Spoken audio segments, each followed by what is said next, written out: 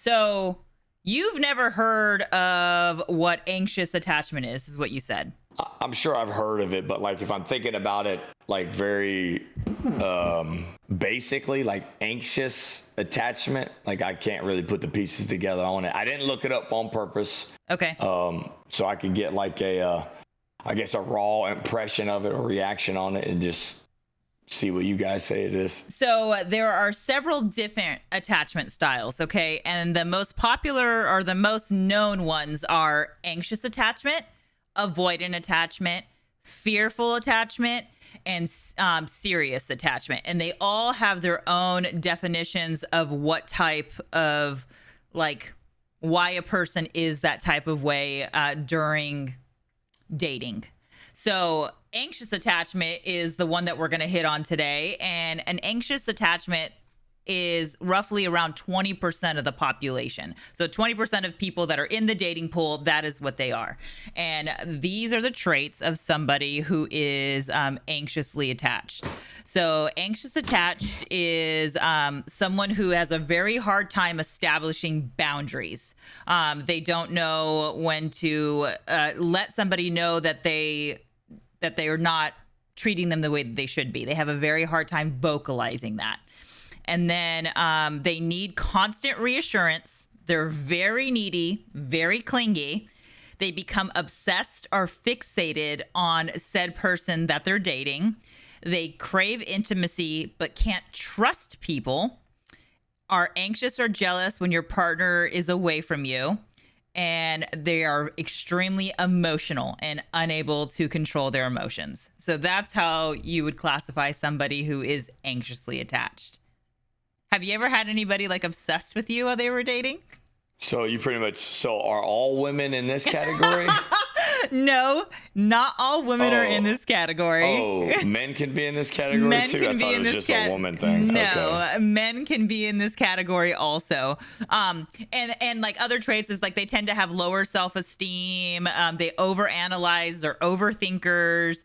And they have like a strong desire for a relationship. So in a sense, they get into relationships that probably aren't very good for them because they just want to fill that void of having somebody there. Well, I feel like you've named every like personality type. So like I'm just like, no. So what else is there? Because I mean, I feel like, literally almost every personality type was in this anxious attachment. No, there are completely different personality types and other attachments. So a person who's anxiously attached is usually a person who's experienced some type of trauma in their life. And this kind of anxious attachment style can be developed at any age. It could be something that they've started when they were children, teenager, adult, whatever. And it's usually around something traumatic that's happened in their life, whether they didn't grow up with both parents, whether they have abandonment issues, if they experienced SA, which I'm sure you use those. I don't want to say that on TikTok, but abuse, a certain type of abuse. And they have this anxiousness when it comes to relationships because they're don't feel worthy enough. They don't feel worthy enough for it. And in turn, it makes them feel very needy and clingy. You've never heard of this before? You've never heard of an anxious attachment? I've heard of, like even as you're explaining it, it almost doesn't make sense to me because why is it called anxious attachment? Why? So am I anxiously... I'm nervously attached to you because of these reasons. Yes. So another episode that we're going to dive more into is like an avoidant attachment. And an avoidant attachment is somebody who it's different in the sense to where they have the desire for a relationship, but they don't need a relationship in their life to sustain their everyday life. They don't need reassurance. They don't need validation, where somebody who's anxiously attached needs that validation and the avoidant person isn't giving it to them. But if I'm like, isn't that like an oxymoron though? If I'm avoidant, how am I also attached? So it's just what they call it. They call it the attachment. So it's how you are in a relationship. Is this actual literature? This is actual literature. There's case studies on it. Therapists practice this. So we have somebody in our chat right now who said that they went to therapy today and talked about their anxious attachment. It is something that is practice. If you Google search it, if you look on TikTok, there are so many videos about these different types of attachment styles. So are we saying that everyone falls into one of these categories? Everybody. Yes. See, I don't know, man. I just feel like it's just another one of those crutches that, oh, I'm one of these guys. That's why I struggle with this, and this. So, for you, for instance, I would classify you under the serious attachment. And serious attachment. And a serious attachment, or I'm sorry, a secure. A secure attachment is somebody who is very sure of who they are. Very sure of who they are. They don't feel the need to overcompensate. They have no problem validating their spouse. They have no problem showing affection or love. So I would classify you in a secure attachment. That's why when you hear these anxious, you're like, wait, what? That doesn't make any sense, because you are in fact secure with who you are.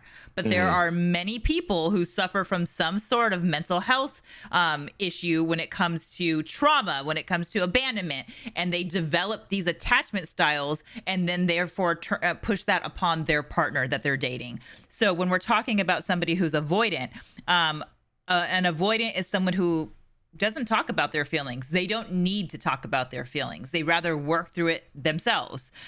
They're fine on their own. People continuously let them down, which is why they're fine on their own. They feel like their emotions have been invalidated, so they feel like they don't want to share that information with anybody. They're self-sufficient.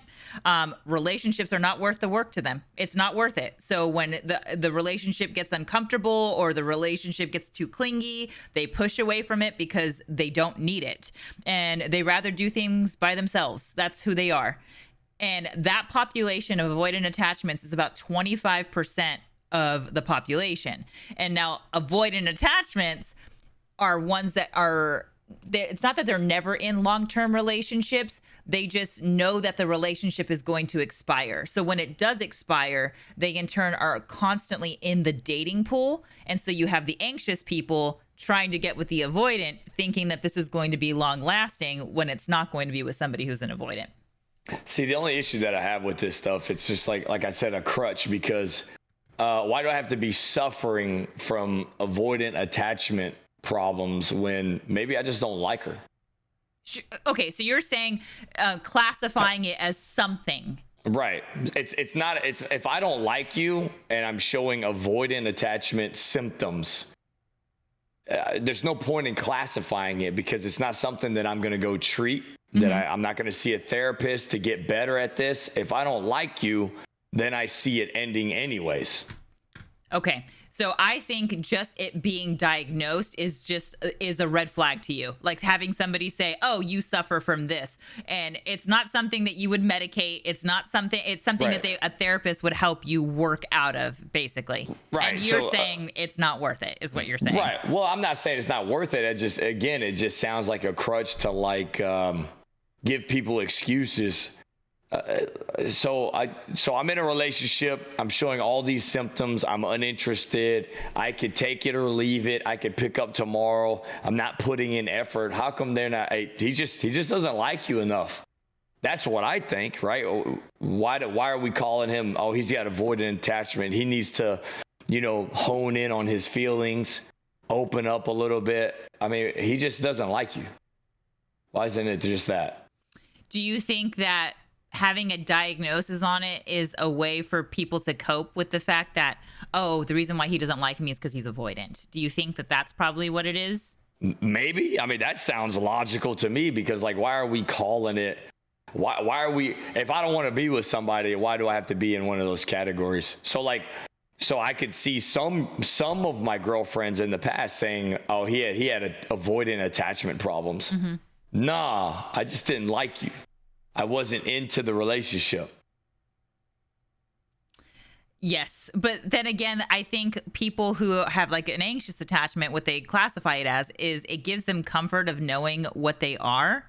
And I don't want to say use it as a crutch, but I could say Kind of. so. Like for me, for Kind of. instance, if I had to say that I was any of these things, I would say that I was somebody who was borderline fearful, borderline anxious. Like that suits me. So when I like don't hear from somebody for a certain period of time, I automatically go, because of my fearful side of it, I go, nope, I don't want that, and I immediately like go on this like boundary blocking, leave me alone kind of mindset, when it could just be that the person was busy. But in my mind, no, I don't want to deal with that. You're not making me a priority. And I think that the reason why I do those types of things is because all of the things that I say classify somebody who's an anxious attachment fits me to a T. I've been someone who, suffered from SA. I've been somebody who has been abandoned. I didn't grow up with my father. So like I would understand why someone like me would have issues with boundaries and being fearful that somebody's wasting my time. So in turn, I'm very reactionary in when it comes to dating. If something makes me feel uneasy, I immediately react to it. Yeah, I mean, I get it, but Sure. it's like, so I guess I'm just like, why do we got to label everything? It just seems silly to me. So you've had a bad past, and like you learned from your mistakes, in my opinion, right? So you've experienced this before. So you're correlating the same behavior to your current relationship. Now, it's one thing to make the new partner pay for someone else's faults. That's different. But it's completely normal for me to recognize something that's kind of have a repeat pattern and then me be ahead of it, I think. But because you're smart, in my opinion, you get labeled as anxious attachment. Yeah. That's weird to me. I don't get behind all these clinical reasons for this, reasons for that. I just think we're just in a society where we want excuses. We want reasons for our behavior instead of being accountable for them. And just like people who commit crimes, what's the first thing that they want to say? Oh, I was not of well mind. Please find me a therapist so I don't have to go to prison. So it's just like, I just don't like that shit. I just cannot stand that at all. I don't know.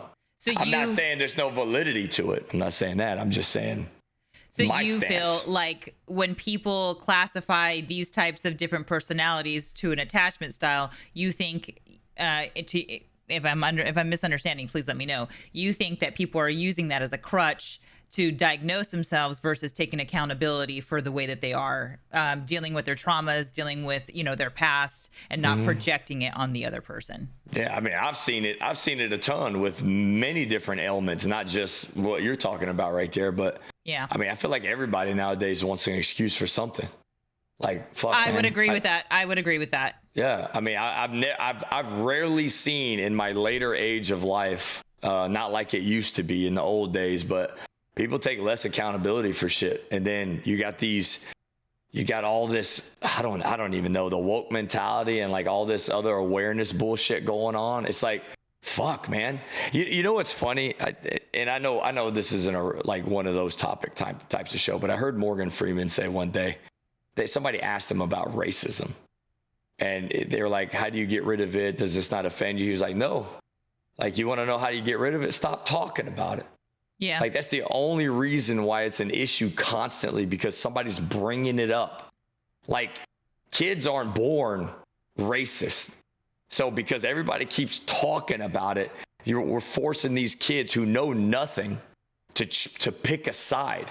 And there's one thing to teach awareness about stuff, but also teaching awareness creates hate as well. It does. So it's just funny. It's just funny to me. I'm just saying, that's just my little spill on that. Well, it's just to write off of what you just said. When we talk about racism, and this is kind of swaying what we were talking about, when you're talking about racism, I don't believe racism is something that you're born that way. I think you're taught that. And like you just said, if you're talking about it constantly, it puts into your child's mind that they have to pick a side. Like they have to look at things objectively. So I'd never heard that before, but I agree with you wholeheartedly. These kids don't have a sense of what that is, but because everyone's fucking talking about the shit. I mean, even when they talk about one side, like the acronym, when I'm talking about the 3-letter acronym. Well, a kid that doesn't know anything about that, BLM, Like he's gonna be, oh, what is that? Why is that there? Why is that necessary? Now he just learned about racism where he knew nothing about it. You get what I'm saying? And we like to think that awareness creates like positive perspectives on racism. Not every time. Yeah. Not every fucking time. They're picking a side. Sometimes they pick a side. Let me ask you, somebody who I would say is of color, you know, have you ever experienced racism? Is that something that you've ever encountered in your life? Yeah, I mean, sure. But like, you know, a lot of people, you know, it's like the stereotypes, like Asians have a stereotype. Whether I like them or not, it's half the time fucking true. And people will say stuff to me, and I think it's funny because it's true. Just like comedy, right? Comedians doing stand-up comedy. Yeah, that's just fucking true. And to be honest, that fucking annoys me too, so I can laugh it off. But you'll take the same person who's sensitive and is woke or whatever, and they'll blow it up and exaggerate it. And it probably wasn't even racism. You get what I'm saying? Yeah. I remember one time I walked into a Hertz, and there was a Hispanic lady behind the desk. She was fucking rude. She was rude as fuck. So you know me, I'm an eye for an eye guy. So I started being rude back. And then at one point I was like, nah, man, get the fuck out of here, man. Give me somebody else to talk to. I'm not fucking listening to this. So in that moment, right, the manager starts walking over here. She says, no, I got it. Don't even come over here with that. And I was like, you gonna let her talk to you like that? You're the fucking manager of this place? Oh, and then so no. he starts to get a little bit louder, and then she blows up. She's like, no, man, that's crazy. You're gonna let this racist ass guy talk to me like this? She thought I was talking crazy to her because she was Hispanic. Okay. So did you say anything of the sort? No. I didn't fucking say shit. I had a black man with me. Like, what the fuck are we talking? We're in California, the biggest melting pot in the United States of America. It is. What are we talking about here? It had nothing to do with that. She had a fucking shitty attitude. So yeah, I mean, my point of that is like some people want to perceive racism because they want that fucking crutch. This woman in this situation, she wanted that crutch. She wanted me. She wanted a reason to go off on me and say it was racism. And I was like, man, get the fuck out of here, man. Like that shit annoyed the fuck out of me. So I don't know, man. I don't have an answer. Yeah. I just, this is just my perspective on it. And I agree with those guys said. It's like Lil Wayne says the same shit. He's like, what racism? I don't see racism. I was saved by a white cop. Yeah. He didn't see color. He said, I'm rich as fuck. I could do whatever the fuck I want to do. What do you mean? I think he says all that oppression stuff, that's cultural. That's poverty. He said, I do whatever the fuck I want to do. I never see racism. So I don't know, man. It's all perspective. I think it is. I mean, I do have experience. I have experienced racism, and I think that I'm the firstborn in the United States from my family, and I feel like I have acclimated to living in this country to where my grandparents on my father's side did not. They never learned any English whatsoever. They had the intentions of the American dream or whatever you would think that is, and they didn't have the proper tools to make it. And so all of my family lived in one house, slept on the floor, didn't have any furniture, and didn't have any savings, nothing. And I was raised by my mother, and my mother is, been here a couple generations, and my grandparents on her side are college educated and homeowners, and very much taught me how to live the American dream by showing me how you do it. You're educated and you work for it.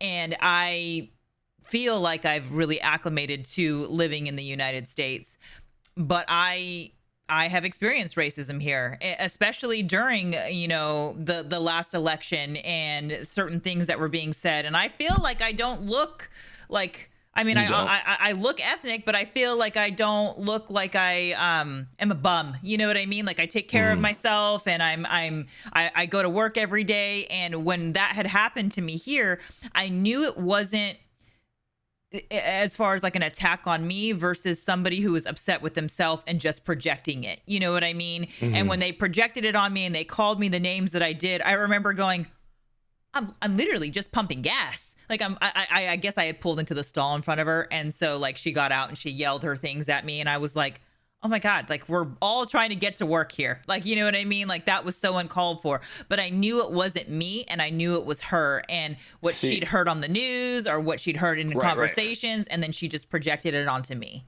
So my perspective on that is, and again, everything I said, racism exists. I'm not saying it doesn't. So that one right there, had you not been ethnic, you just been a white girl, she still would have called you something.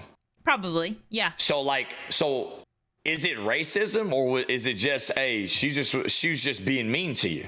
Like, you know what I'm saying? Like, yeah, like we're labeling it something, and I get it. But if you were white, she would have still cussed you. Probably. Yeah. And then what would she have called you? She just would have called you something else, I'm sure. Yeah, a bitch or whatever, you know what I mean? Yeah. Versus something else, yeah. Right, and I'm not saying she's not racist, but maybe she's just a really mean person. True. I don't know. I think that's honestly, from conversations that I've had with other people, like that has been my... And even the comments that I get in my videos where I post things and I edit them to be able to start a conversation. And I had this conversation with you. It is still amazes me when I get a hateful comment and I'm just like, oh my God, like these people don't even know who I am. And you said to me, Trish, there's just mean people out there. There's just mean people out there. And I'm like, I guess you're right. They're just mean people out there that are going to say terrible things to you. And it doesn't even have to be that they're living a shitty life or whatever. They're just mean. They're just mean people. And I have to readjust my mindset so that I don't let it affect me. I have to be very secure in my own mindset. But yeah people are just mean. Yeah. And again, and some of them people are racist, but I don't know, man. I think it gets blown out of proportion sometimes. I just think we're in a society full of excuses and diagnosis and no accountability. I just think we're in that phase right now, especially with all this stuff happening. Like it's just getting out of hand, I think. So when you take out the attachment styles that we were talking about, do you think that somebody who's like going through something mentally, whether they're grieving the loss of, a broken relationship, or they're dealing with trauma that they had when they were a child or a teenager or whatever it is, do you think that person should work on themselves before entering a relationship? Or do you think that they can go into a relationship broken and try to heal through that? What do you think about that? See, I don't even understand that. Work on myself. If I have a problem, how am I supposed to work on it myself? Like, how am I supposed to? I guess you can pull yourself out of something, but let's say you're unaware of what the problem is. How are you supposed to work on yourself? But I do, in some way, believe that, like, maybe you got to like clear your mind, or I don't know, maybe get self-confidence up by going to the gym. Or like getting in shape or something like that, or maybe practice in social situations, and then you bring somebody later on into that, get into a relationship or something. I don't know, but also I do believe in being saved by somebody. I do believe in that. I believe that's very possible. I believe love is a powerful thing. I believe it can change people, not change people's personalities, but change like how they choose to be. I do believe in that. So, I think both can happen, but there's downsides to both of them too, because if you're very toxic or you're very volatile and then you get into a relationship, and now, you could be very toxic to that person. Sure. And change them as well. So I do agree with you, though, in the sense to where if love is an extremely powerful thing, and if somebody loves somebody enough to be able to see what they're going through and want to help them through that, whether it's reassuring them or not even giving them advice, just making them feel safe by their presence and being consciously aware that they're suffering or going through something and supporting them. Like, I don't think that you necessarily have to be fully healed before you go into a relationship. I think that's something that, if anything, it's a testament to your relationship of what you can get through together, Yeah, no doubt. Is there only three? Is there only three attachments? No, I think there's like 6 or 7, but seven. Yeah. See, like I feel like you've named literally every type of person. Well, that's what that's the rule of thumb is that everyone is in one of these categories as far as the dating scene goes. And so I feel like when you look at COVID, okay, when COVID happened, I think it exacerbated a lot of people's either anxious personalities, either, avoidant personalities because they're not going out and interacting with people. It made the anxious people more anxious and more like lonely because they didn't have somebody there. And so this fad of diagnosing that with avoidant or anxious was around that time. Yeah, I mean, again, that just doesn't make it better for me. I'm just like, man, so we just had to like label these things for some reason. Yeah. And again, I mean, maybe we covered it in school, but I cannot remember. Definitely don't remember 7 of them. I don't remember them at all. Yeah, I've heard of avoidant though. I think that one's been around probably forever. I remember that one, but like all these other ones, I'm just like, what? So we got something for every category here. It's just weird. We actually have a very good question in chat. It's from TikTok. And the question is, do you think that love is a choice or is it a feeling? You go first. I think you choose who you love. I don't believe in love at first sight. I don't believe that. I think when you are enamored with somebody or, I use the word obsessed loosely, but this person has all your attention. It's a choice. It's a choice that you're making to put all of this energy into this one person, especially if you're hoping that it's going to be something that it might not. And I feel like you choose to do that. You choose. It's not this like, oh my God, I felt this these butterflies in my tummy and I know that I need to get to know him. No, the butterflies in your tummy is, if anything, it's like your nervous system like reacting to what your mind is feeding it. So I believe love is a choice. Absolutely. Yeah, that's tough. Because I've been in situations where like I'm with somebody and they're really good to me. Mm-hmm. And it's just not there though. Like really good to me. I know that they are great for me. I remember I had this one relationship, man, their family was amazing. Probably it would have been a really great situation for me, like my future and all that stuff. And it just was not there. So like the feeling, I could not choose to like her more than I did.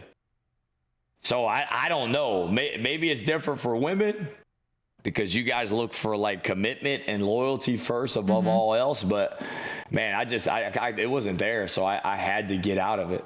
Was there something in that situation? She did nothing wrong. That gave you a red flag though? Like was there nothing? You just didn't feel that way for her? She was a pretty girl. She did everything I would want in a female partner. Like she was awesome, but it wasn't there, man. It just was not there. Like I can't explain that. So I gotta say it has to be feeling for me because it's just not there. And I've tried to talk to some girls as well. And man, sometimes I'm just like, fuck, I remember one time I was in a relationship. I was just like, fuck, I got to get out of this. I got to.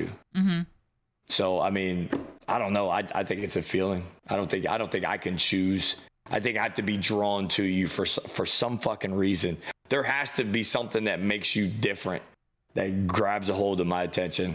Otherwise, maybe that's just in my mind, my own trauma and self-defense mechanism that like I try to avoid that situation happening because that's scary to me. That's very scary to me. The idea of meeting somebody and being so drawn to them that I want to be around them and I want to get to know them because in my mind, I'm thinking of what if they don't feel the same way?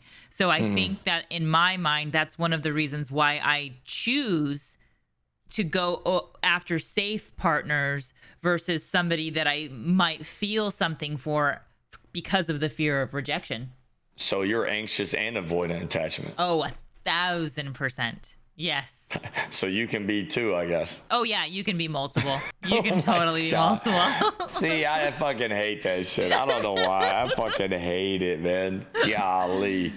How about this? In the same token, how about this? Are people born evil or good? Oof. I think that there's a case study done, and I don't have the literature in front of me, but there's a case study done that if when a mother is carrying a child, if the mother is thinking about unaliving herself or depressed or either drinking or smoking or any of those characteristics, that those emotions and feelings are passed on to the fetus. There's a case study about this. And so when the child comes out, they're either more likely to suffer from some sort of depression or some kind of addictive personality. So when you're asking me the question of, is a child born evil or not, I question whether or not maybe because of what's being passed on emotionally through the parents. So if you have a mother who is pregnant and she's being abused, let's just say she's in an abusive relationship where she's constantly being yelled at or whatever, and she's reacting to that, and the baby, there's studies where babies hear everything.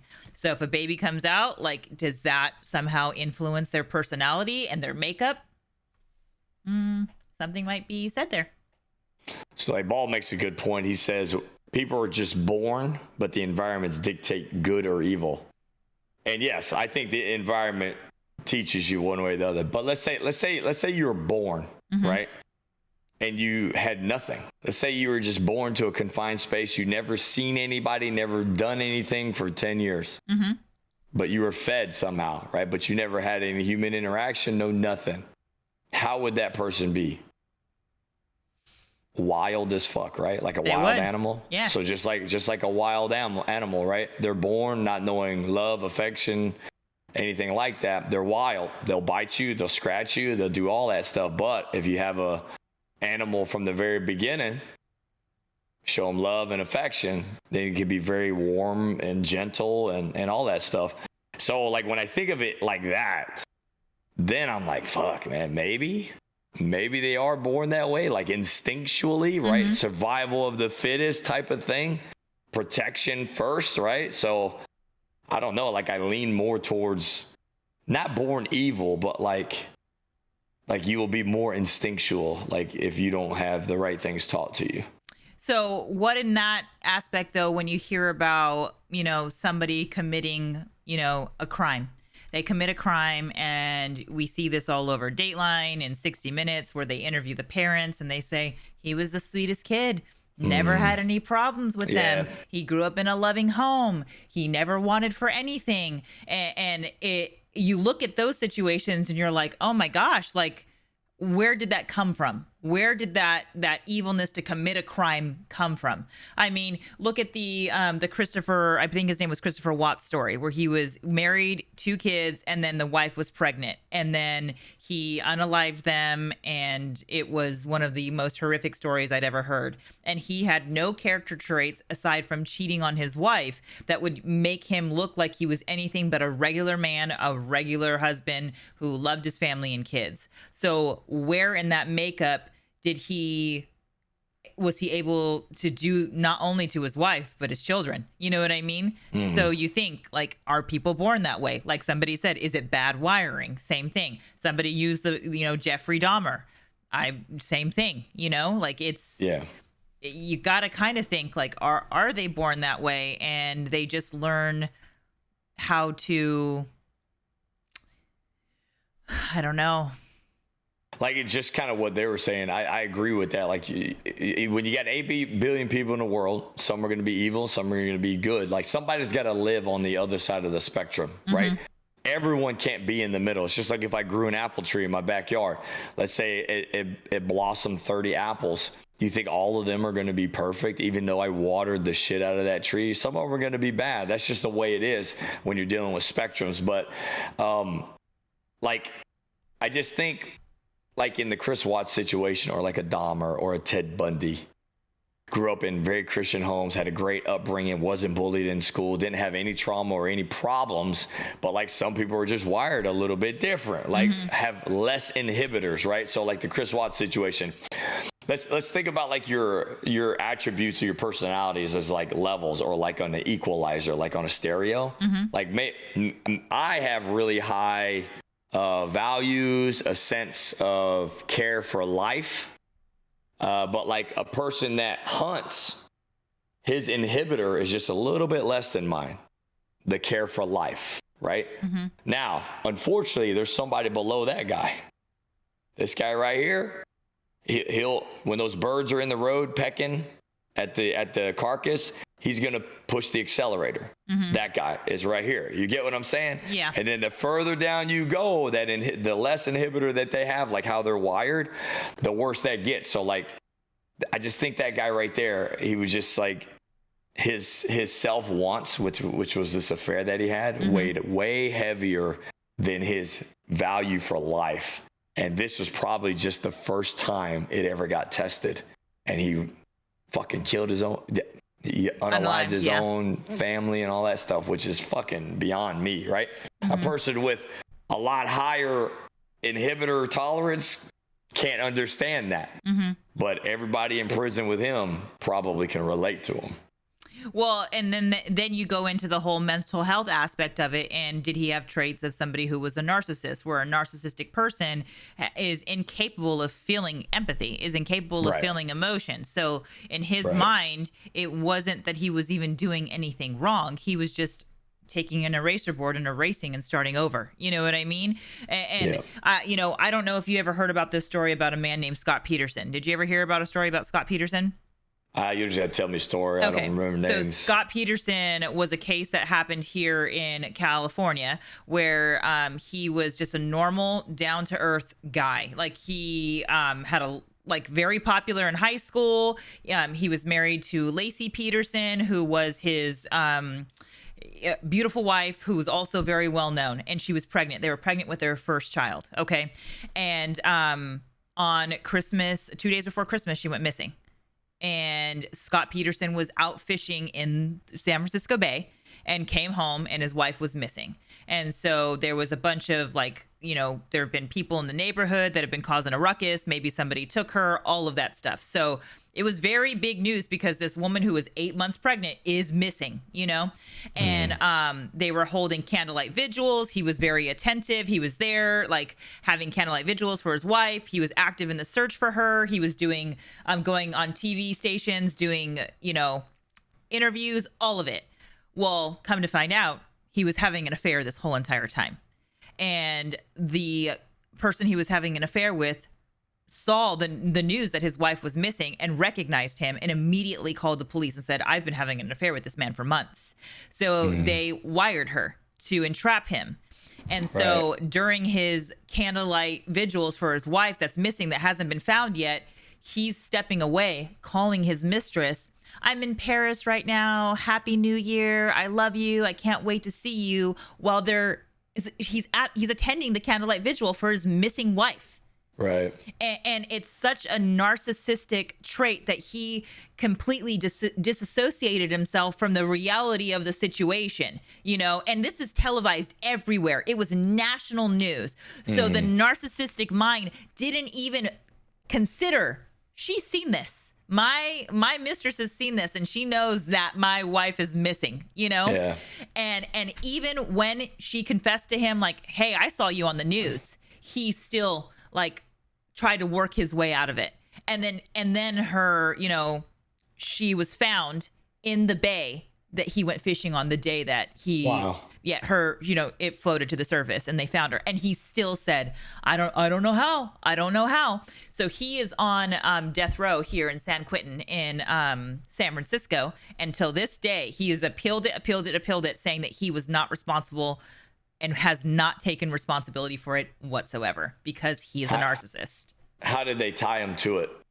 They tied him to it because in his alibi, he said, "Look, I was in the Bay. Here's my So ticket." it was just because there wasn't physical evidence. There though, was. right? There was. They Okay. found, I believe it was pliers with hair and body matter on it, and to like when she surfaced, there was like cylinders, like concrete cylinders that tried to like weigh her down, and they found like the mixing in the garage, and so like there was things wow. like that, yeah, and he says that he was like set up and all that stuff and never taken accountability. Well, here's another story. And I don't know this person anymore, so I don't think I'm overstepping, but I had a client of mine who was a prison guard at San Quentin, and he's on death row. And he said, "Trish, you will not believe the fan mail that this man gets in prison from women who are just obsessing over him and want to be in his life." And he walks around like, look at all these women that still want me, like a cocky air about him, because like he's still desirable while he's in prison.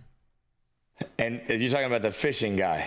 The fishing guy. The same thing happened with that Chris Watts guy, because I remember like the Facebook blew up, and everybody, all the women, not all of them, but a bunch of women on there were talking about how the wife was a bitch, and like they were almost like they were siding with him. I was like, what the fuck is going on, dude?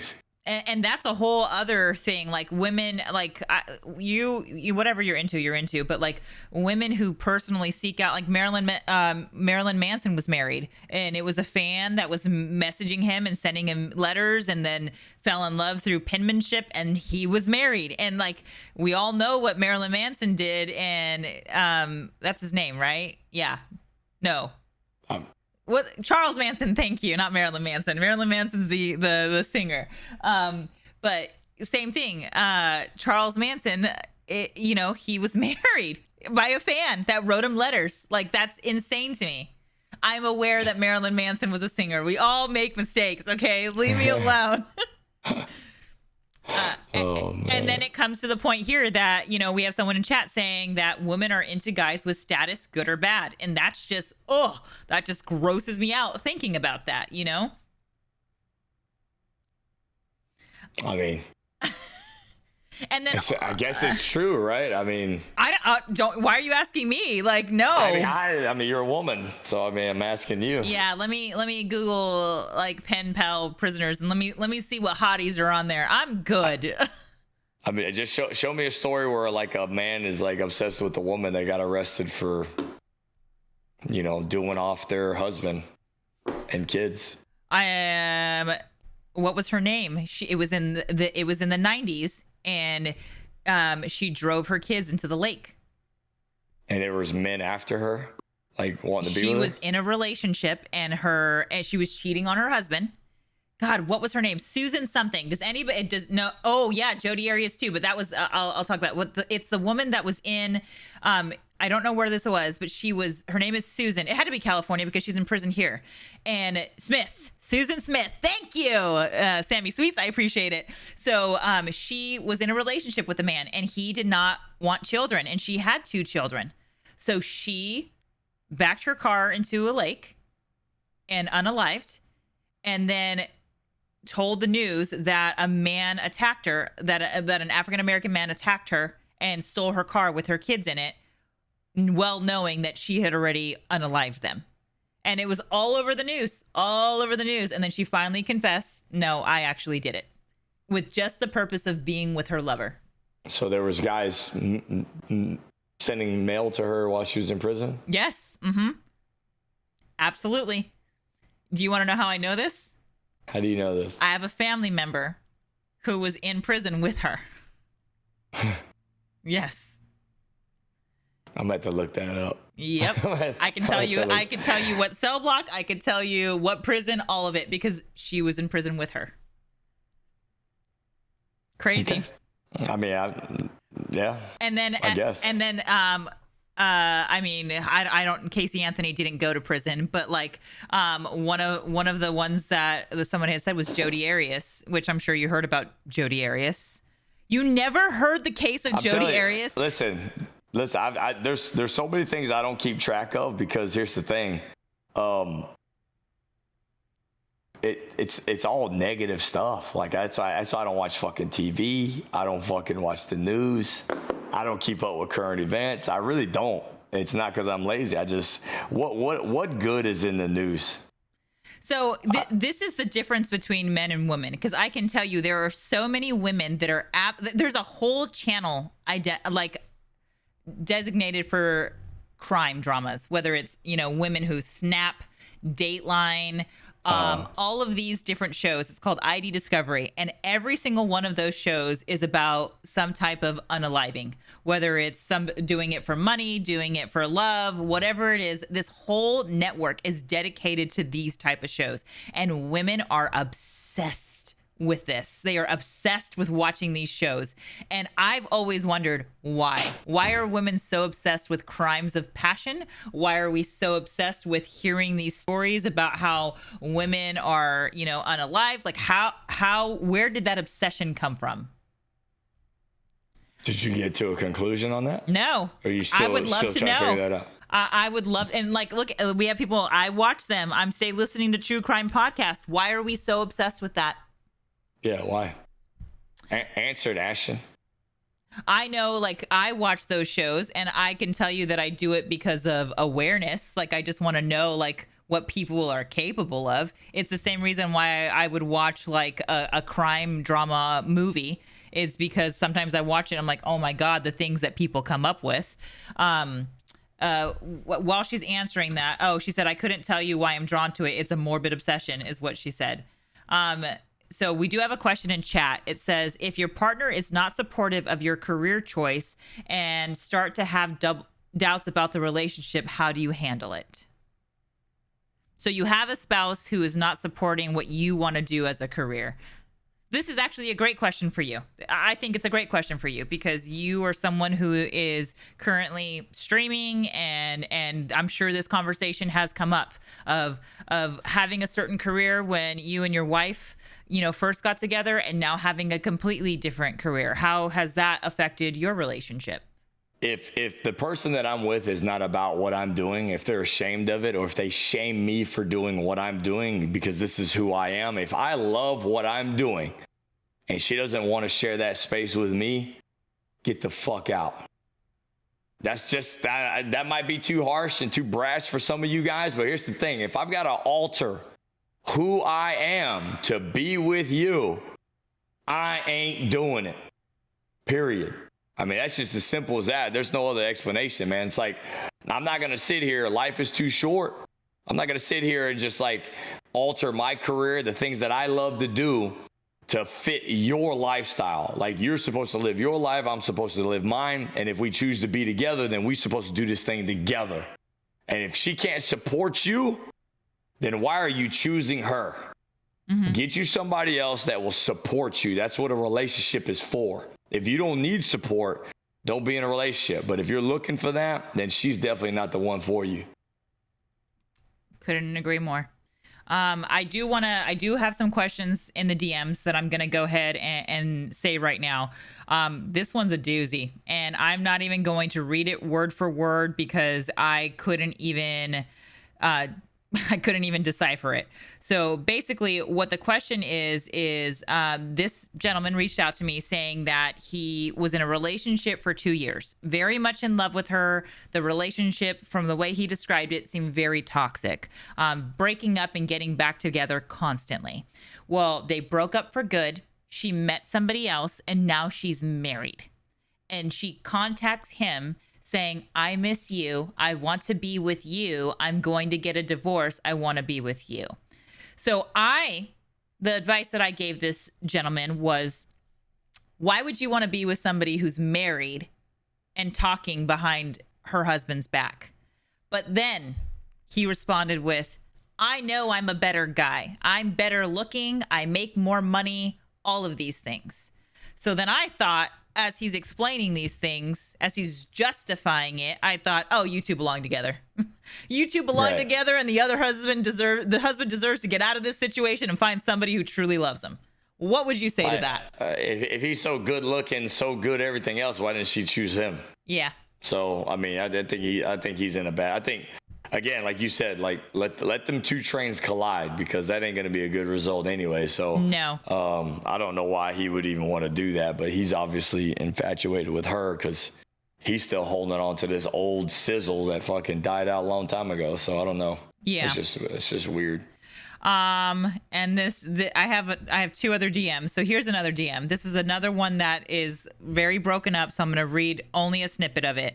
And the message was, again, if you have any DMs that you want us to discuss on air, make sure you send them to myself or House, and then we'll discuss them on air. We do not say names or anything. You're completely anonymous. We just have a discussion and we give you advice on that. So, the question is, what if you started dating this guy and he told you he was single, and then a couple months down, you find out he's married? However, the person lives in another country and he has a son with said person.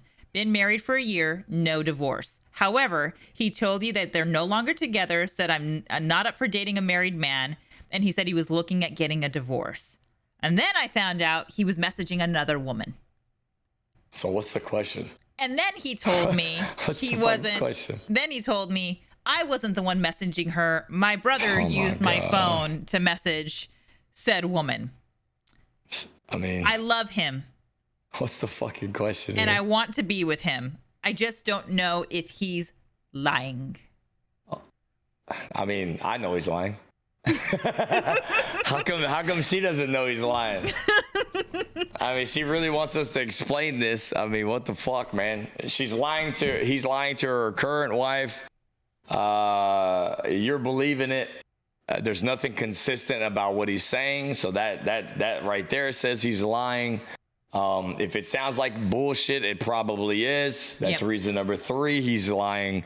He's already in a fucking sketchy situation, talking to you behind her back. Like, what do you think is going to happen to you? Same thing for that other thing, for that guy's wanting to go after the woman who's married or whatever. Like, she's going to do the same shit to you. Like, what? Same thing. Like, everything that you're doing in these situations is already communicating that you're okay with this whole thing, because you're a part of it.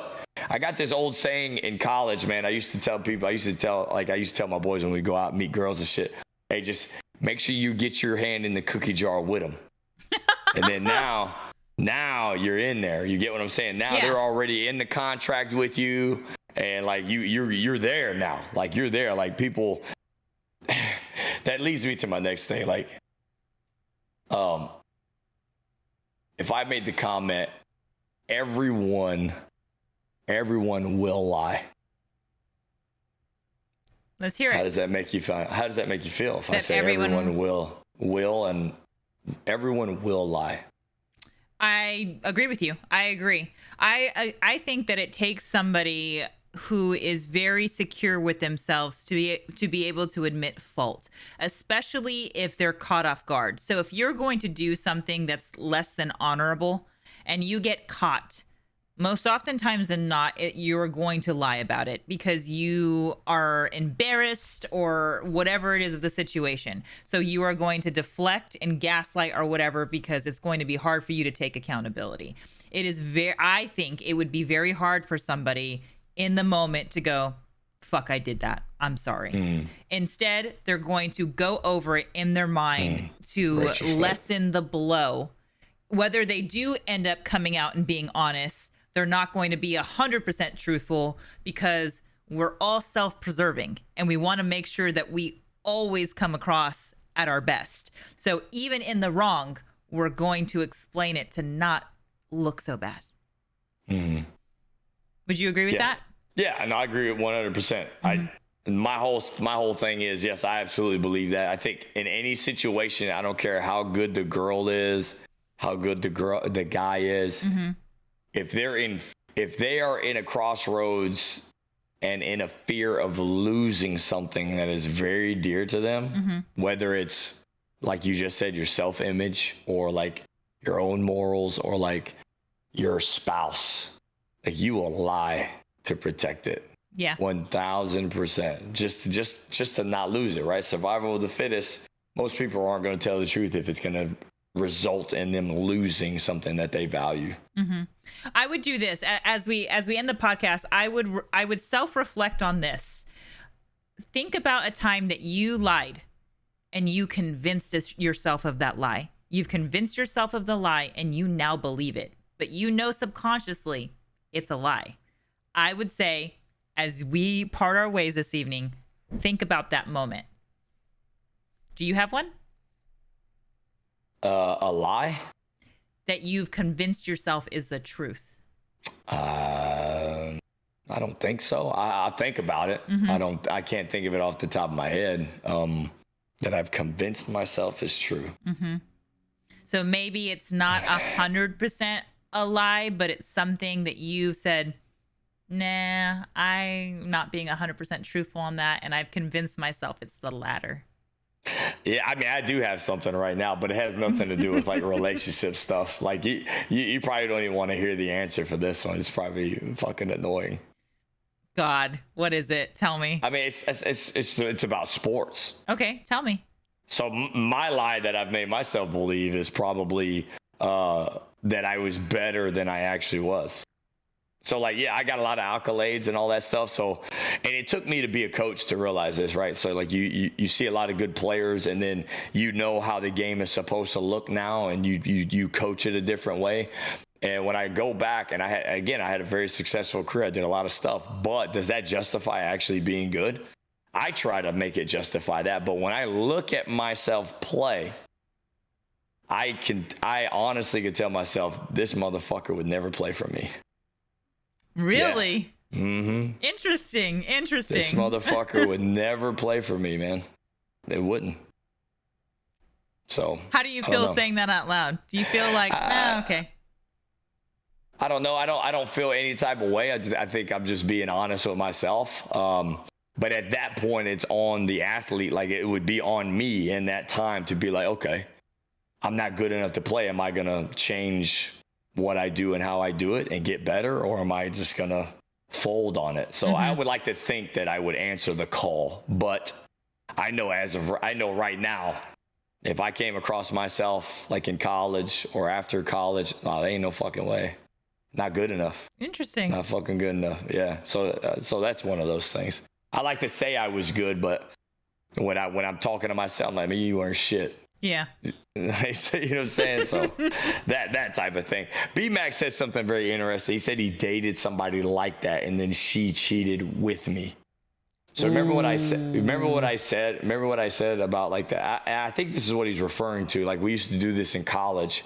And it wasn't to get someone to cheat on anybody. I didn't go after like people in relationships, but like if you're talking to a girl, this is what I can't wait to get into. I cannot wait till we talk about getting into the dating scene or like actually things to do to like either bring levity to a situation or be successful in a social situation with the opposite sex. I'm talking about both ways.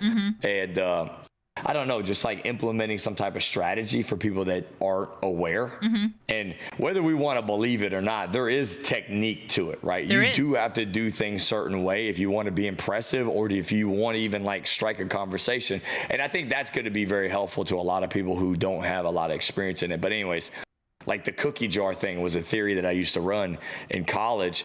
And it wasn't to get people to cheat, but like I used to tell my boys, I'm like, listen, if you're talking to a girl and she's like, not sure, or like they're always afraid of like what you said earlier about like a bad image. So like what I used to do, and this might sound bad, but I'm telling you, it's honestly not bad, but you're gonna think it's bad.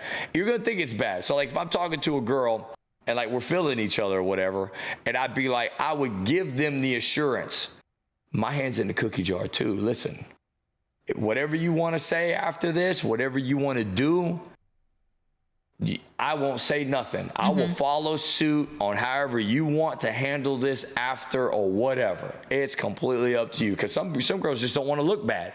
They want to have a good time, but they don't want to look bad. But I Sure. give them that reassurance that I'm going to fall in line, right? The last thing that girls in college want to be known as is the team tackling dummy. Does that make sense what I'm Sure. saying? Like, that's a football reference. But like, if I put my hand in the cookie jar with them, I mean, all freedom, like all shackles are now unlocked. Yeah. It's just weird how that mindset is. But the preservation of self, I mean, I guess you can call it manipulate, but I promised them. I never fucking told. There's some entanglements that I participated in that still to this day, no one knows about them. Me too. Me too. You get what I'm saying? Because my hand was in the cookie jar. Now, I'm not a sleaze bag, so I didn't fucking like, I just bullshitted. So now I'm going to tell all my boys. No, I still haven't fucking said a word. So it's funny that you say that you haven't said a word, but like for me, when I know that I'm doing something wrong, I tell everybody because I'm looking for reassurance in my behavior. And so when I get that reassurance, I'm like, okay, I'm good. I'm good. But it never fully like subsides this insecurity of, am I doing the right thing or not? And it's because deep down, I know I'm not doing the right thing. Right. But if he went into this pact with you, did it make you feel better? Sure. Yeah. See, Because and here's the thing. Initially, it was a pact of like, it's between me and you. It's between me and you. Hand in the cookie jar. And then, oh no, I told this person. Okay, well, I told this person. Okay, well, I told this person. Oh, well, I also told this person. And then it's hey, did you know? Yeah, you told me. Oh, fuck, you can't remember who you told because you're just looking for reassurance everywhere because you know what you're doing is wrong. Right. Yeah, that makes sense. Yeah. That definitely makes sense. I'm sure everybody has been there too. Everybody. Yeah, they for sure have. We're getting the lots of I love your show. I'm so glad I'm here. So we're glad you guys are here. We enjoy doing this. Again, if you have any questions that you want asked, send us those DMs. We'll ask them live on the air on Friday. And we're doing it at 6 p.m. Eastern on Friday, right? 3 p.m. I thought. On Friday. Back to 9? Or do we want to go back to 9? No, you said 6 p.m. 6 p.m. That way you have time to stream later. So we're going to do 6 p.m. Eastern, 3 p.m. Pacific on Friday. Okay. You sure about that? Because you did it at 7 last week. Yeah. We'll let you know. We'll let you know. We could do it. Whatever you want to do is fine with me, though. Yeah, that makes sense. Okay, so we'll let you guys know. Look for the post. We appreciate you guys being here. And do your homework. See if there's something that you guys lied about. Convince yourself that it's not a lie, but you know it's a lie. Thanks for being here, House. Peace. Bye.